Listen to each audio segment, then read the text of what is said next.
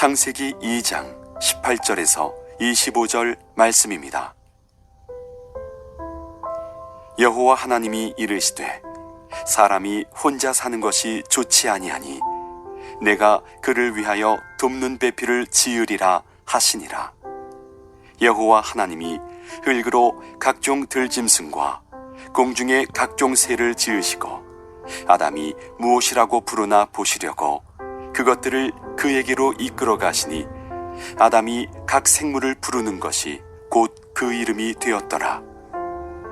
아담이 모든 가축과 공중의 새와 들의 모든 짐승에게 이름을 주니라. 아담이 돕는 배필이 없으므로 여호와 하나님이 아담을 깊이 잠들게 하시니 잠들매 그가 그 갈빗대 하나를 취하고 살로 대신 채우시고 여호와 하나님이 아담에게서 취하신 그 갈빗대로 여자를 만드시고 그를 아담에게로 이끌어 오시니 아담이 이르되 이는 내 뼈 중에 뼈요 살 중에 살이라. 이것을 남자에게서 취하였은즉 여자라 부르리라 하니라. 이러므로 남자가 부모를 떠나 그의 아내와 합하여 둘이 한 몸을 이룰지로다. 아담과 그의 아내 두 사람이 벌거벗었으나 부끄러워하지 아니하니라.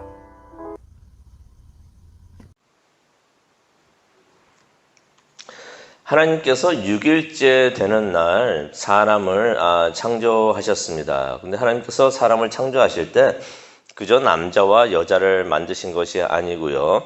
그 창조된 남자와 여자를 통해 가지고 하나님께서 가정을 이루게 하셨습니다. 그래서 가정은 하나님께서 가장 먼저 만드신 기관이 되는 것입니다. 어떻게 보면은 하나님께서 또 만드신 기관이 이제 교회가 되는데요. 교회보다도 앞서서 가장 먼저 만드신 기관이 바로 가정이 되는 것입니다.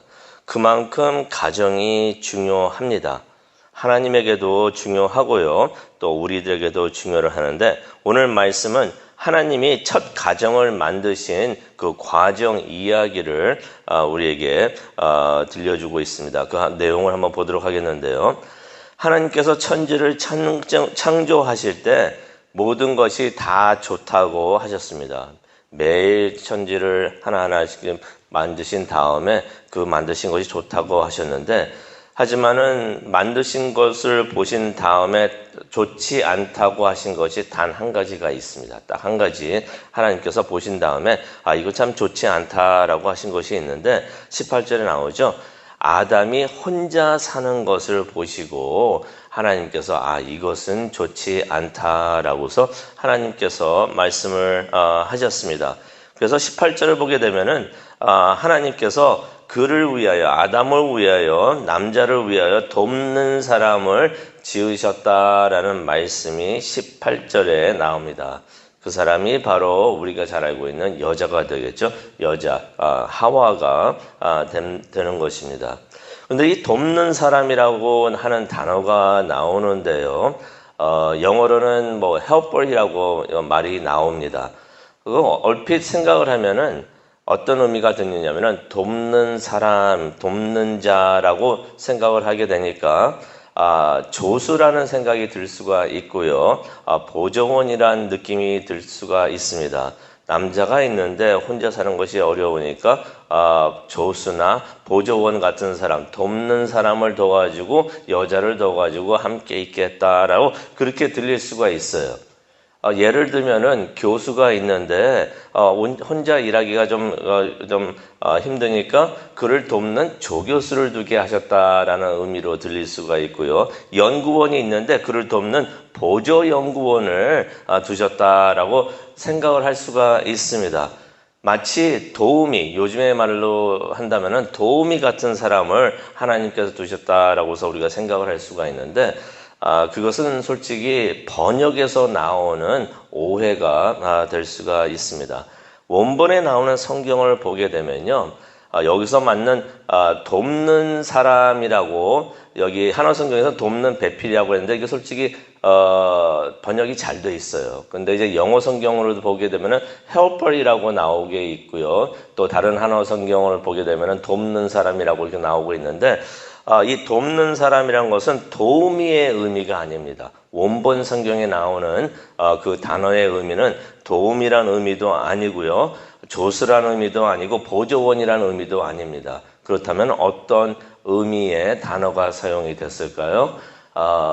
좋은 번역의 단어가 될 수 있는 것이 파트너라는 그러한 단어가 될 수가 있습니다. 돕는 사람보다는 돕기는 하는데 서로 도와야죠.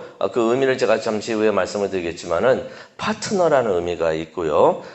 그래서 남편과 아내는 동급이라는 것입니다. 누가 위에 있고 누가 아래에 있는 것도 아니고 누가 주된 일을 하는 사람이고 옆에서 그냥 옆에서 조수와 같이 돕는 것이 아니고요.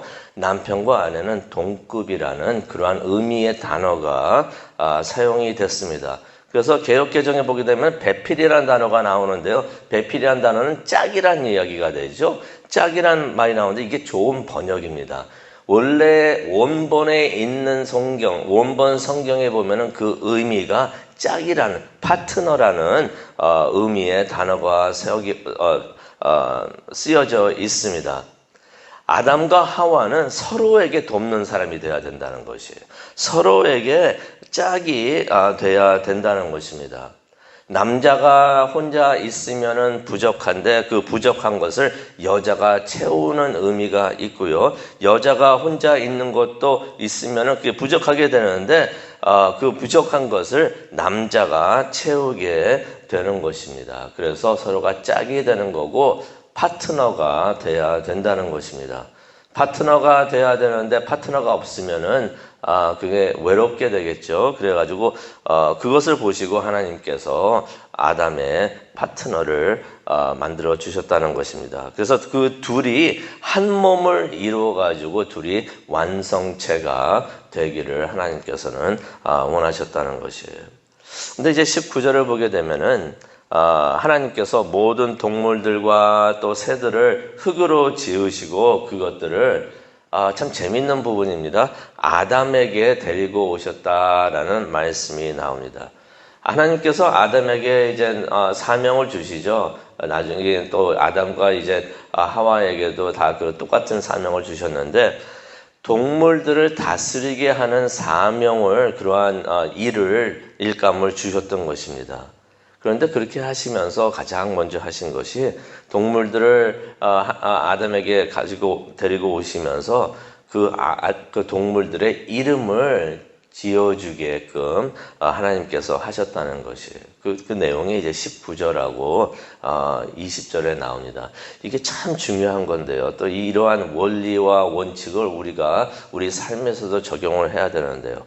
하나님께서는 사람에게 책임을 주셨어요. 일감을 주셨습니다. 사명을 주셨습니다. 무슨 사명입니까? 동물들과 이 세상 모든 생물들을 다스리게 하시는 그러한 책임을 주셨는데 그 책임만 주신 것이 아니라 이름을 지어주게 하셨다는 것은 무엇을 말합니까? 그들을 다스리게 하는 권위까지도 주셨다는 것이에요. 그래서 우리가 누구에게 어떠한 일을 맡길 때 참 중요한 것이 되겠습니다. 일만 맡기는 것이 아니라 그 일을 할 수 있도록 권위까지도 주는 것이 참 중요합니다. 많은 경우 일은 주는데 사명은 주는데 권위를 주지 않을 때가 있어요. 권위는 내가 갖고 있으면서 일은 델리게이트하고 맡겨주면서 권위를 주지 않을 때가 있는데 그러면은 그 사람이 일을 하면서 참 힘들 수가 있어요. 책임감을 느끼지 못하고 일을 못할 수가 있는데 하나님께서는 그렇게 일을 안 하신다는 것입니다. 이때도 그러셨고 지금도 그러시는데요. 하나님께서 우리에게 사명을 맡겨주실 때는 그 사명을 잘 이룰 수 있도록 영적 권위도 주실 줄로 믿습니다. 그래서 우리가 그것을 위해서 기도를 해야 됩니다. 계속해서 그것을 위해서 기도하시면서 하나님께서 이 일을 우리 교회에게 맡겨주셨고 각자에게 사명을 주셨는데 하나님께서 영적 권능까지도 주셔서 권위와 능력도 주셔서 그 사명을 잘 이룰 수 있도록 하나님 도와주시옵소서라는 기도를 우리가 해야 되는데 천지창조 때도 하나님께서 그렇게 하신 것이에요. 이름을 짓도록 하나님께서 다 지으신 다음에 네가 이제 이 동물들을 잘 다스려라라고만 하실 수도 있었는데 그 동물들의 이름까지도 짓는 것을 아담이 알아서 하게끔 하나님이 알아서 해주시고 맡기신 게 아니라 아담이 알아서 하게끔 그러한 권위까지도 주셨다는 것을 우리가 보게 됩니다. 이러니 아담이 사람이 동물들을 다스리면서 더욱더 애정이 가겠죠. 자신이 이름을 지어준 동물들인데 생물들인데 좀 더 애정을 가지고 모든 생명을 보살폈을 것을 우리가 생각을 해봅니다. 근데 이때 동물들이 왔을 때 분명히 혼자 오지 않았을 것이에요. 동물들이 이제 딱 아담 앞에 왔을 때 아마 짝하고 같이 왔겠죠. 아담이 쭉 보고 있다가 아마 그런 생각을 했을 수도 있다고 생각이 듭니다. 동물들도 새들도 다 짝이 있는데 나만 짝이 없네 하면서 생각을 했을 수가 있어요. 20절에 그것이 암시되어 있습니다. 20절 뒷부분을 가게 되면은 20절에 이런 말씀이 있죠. 아담이 모든 가축과 공중의 새와 들의 모든 짐승에게 복수로 쓰여져 있어요. 이제 짝들이 왔다는 것을 이제 암시하는데 모든 짐승에게 이름을 주니라. 그리고서 무슨 말씀이 있습니까? 아담이 돕는 배필이 없으므로. 그 뜻은요. 아담이 혼자인 것을 외롭게 생각했다는 것이 암시가 되어 있습니다. 아담이 돕는 배필이 없으므로 뭔가가 좀 부족하다라는 것을 성경이 그것을 이제 암시하고 있는데요.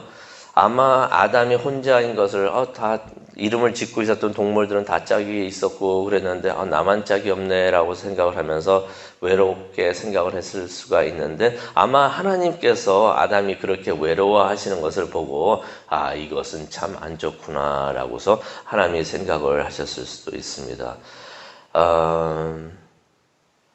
그래서 하나님께서 이것을 한 가지 생각할 수가 있는데 아담에게는 많은 동물들이 있어요. 동물들이 있어가지고 어떻게 보면은 그 동물들로 하여금 아담이 그 외로움을 달랠 수 있도록 그런 상황에 있을 수가 있었지만은 그래도 그 동물들이 아담의 배필은 될 수가 없고 아담의 외로움을 달래줄 수 있는 그러한 역할은 못했다는 것을 우리가 보게 됩니다. 요즘에 많이 그렇게 생각하죠. 결혼을 하고 싶지 않아 하는 젊은 친구들도 많이 있습니다. 그러면서 말하는 이유가 그래서 애완동물을 키웁니다. 나의 외로움을 이렇게 애완동물 그러면서 애완동물을 사람 취급하면서 이제 그렇게 하고 그러는데 그게 태초부터 그게 그렇게 되지 않는다는 것입니다. 그래서 아담에게 많은 동물들이 있었지만은 외로움을 달랠 수 없었기 때문에 하나님께서 아담의 배필을 만들어 주셨다는 것을 우리가 말씀을 통해서 봅니다. 어떻게 만드셨는가 21절부터 나오는데요. 21절 보니까 하나님께서 아담을 깊이 잠들게 하십니다. 수술 전에 마취하신 것이에요. 깊이 잠들게 하시고 아담의 갈빗대 하나를 뽑아내십니다. 그리고 그 자리는 살로 메우셨다라는 말씀이 21절에 나옵니다. 그리고 그 갈빗대로 여자를 만드셨는데요. 만드신 다음에 하나님께서 그녀를 하와를 이제 아담에게로 데리고 오십니다. 23절을 한번 보도록 하겠습니다. 23절을 보니까 아담이 그 여자를 보고 이는 내 뼈 중에 뼈요 살 중에 살이라 라는 말이 나오는데요. 이 말을 그 원본에 있는 말씀과 이렇게 보게 되면은 어떤 것을 우리가 생각할 수가 있냐면 아담이 그녀를 보고서 무척이나 기뻐하면서 감탄하면서 한 말이 23절입니다. 그래서 이것을 좀 더 번역해서 풀이해서 번역을 한다면은 아담이 이때 무슨 말을 한 것이냐면은 이제야 나타났구나 하는 그러한 표현이 있어요. 이제야 나타났구나. 이 여자는 내 뼈 가운데 뼈요, 내 살 가운데 살이다 라고서 기뻐하면서 감탄하는 장면이 여기서 나옵니다. 아담이 자신의 배필, 짝이 생긴 것을 보고서 무척이나 기뻐한 것을 우리가 말씀을 통해서 볼 수가 있습니다. 이제 하나님께서 이제 아담과 하와가 있죠. 남자와 이제 여자가 있는데 남자와 여자를 그냥 만들어 놓으신 것이 아니라 둘이 합하여 이제 가정을 이루게 하시는 것을 하나님께서 원하셨어요. 그래서 아담과 하와를 세워두시고 이제 결혼식 주례를 하십니다. 그 주례 내용, 그 내용이 24절이에요. 24절은 그냥 모세가 이 모세 오경을 기록을 하면서 모세가 기록한 것이 아니라 하나님께서 그때 아담과 하와에게 해 주신 말씀, 가정을 이루게 하시면서 하신 말씀이니까 주례사죠. 주례사 내용이 되겠습니다. 무슨 내용이었을까요? 우리가 24절 보기를 원하는데요. 남자는 아버지와 어머니를 떠나, 여기 보면 부모를 떠나라고 했지만은 같은 말이지만은요, 원본에 보면은 아버지와 어머니를 떠나라는 말씀이 나와 있습니다. 남자는 아버지와 어머니를 떠나 아내와 결합하여 둘이 한 몸을 이룰지니라 라는 하나님의 말씀이 있습니다. 그래서 주례하시는 목사님들, 저도 그렇고 그렇지만은 이 말씀을 꼭 인용을 합니다. 왜 그렇습니까? 그때 첫 결혼식 주례를 하나님께서 하실 때 바로 이 말씀을 하셨던 것이에요. 여기 보면 중요한 말이 나오는데요. 결혼은 태초부터 그랬습니다. 처음부터 그랬어요. 하나님은 한 남자와 한 여자, 여기 성경에 보면은 한 남자와 한 여자 라는 단어가 원본 성경에 나오는데 한 남자와 한 여자가 결합하는 것을 결혼이라고 하나님께서 말씀을 하십니다. 그런데 어떤 교단은요, 결혼을 정의를 내리면서 교단 헌법에서 한 남자와 한 여자란 단어를 뺀 교단들이 있습니다. 이거 참 위험한데요. 그래서 결혼을 어떻게 표현하면 한 사람과 한 사람, 다른 사람이 합하여 결합하는 것을 결혼이라고 정의를 내리는 교단들도 있고 교회들도 있습니다. 하지만요, 결혼은 처음부터 그저 두 사람이 한 가정을 이루는 것이 결혼이 아니고요. 처음부터 하나님께서의 계획과 하나님의 뜻은 한 남자와 한 여자가 결합해서 가정을 이루는 것을 결혼이라고 하나님께서 원하신 것을 우리가 여기서 볼 수가 있습니다. 여기서 또 나오는 한 몸이란 단어가 24절에 나오는데요. 한 몸이란 단어는 어떠한 의미가 있는가? 결혼이 독점적이어야 된다는 것입니다. 부부 사이에 또 다른 사람이 있으면 안 된다는 것이고요. 또 평생 가는 것이라는 것을 그러한 의미를 합니다. 서로가 포기를 하면 안 돼요. 서로 인내하면서 한 몸을 이루어야 되고요. 또 서로 헌신해야 되는 것을 의미를 하고 있는데요. 두고 있는데요. 둘이 함께 서로에게, 누가 한 명이 헌신만 하는 것이 아니라 둘이 함께 서로에게 헌신해야 되고 이렇게 서로의 결합을 순수하게 보존해야 되는 것이 결혼이라는 것을 이 말씀을 통해서 우리가 보기를 원합니다. 이렇게 한 아름다운 가정을 이룰 때 하나님께서 기뻐하시고 또 하나님께서 영광을 받으실 줄로 믿습니다. 오늘 말씀을 생각하시면서 기도하는 시간을 갖도록 하겠는데요. 이러한 아름다운 가정을 통해서 하나님께 영광 올려드리고 하나님을 기쁘게 해드리는 우리 모두가 되기를 원합니다. 우리뿐만이 아니라 우리의 자녀들, 또 우리가 알고 있는 모든 사람들이 이렇게 하나님께 기쁨과 영광을 드리는 그러한 일이 있을 수 있도록, 또 우리가 교회가 되는데 교회는 예수 그리스도의 신부가 됩니다. 우리가 예수 그리스도를 보면서 독점적인 관계, 예수님과 우리 사이에 다른 것이 있으면 안 되고 평생 동안 예수님께서 우리를 불러주신 그 순간까지 예수 그리스도께 헌신하면서, 예수 그리스도께서는 우리에게 헌신 다 하셨어요.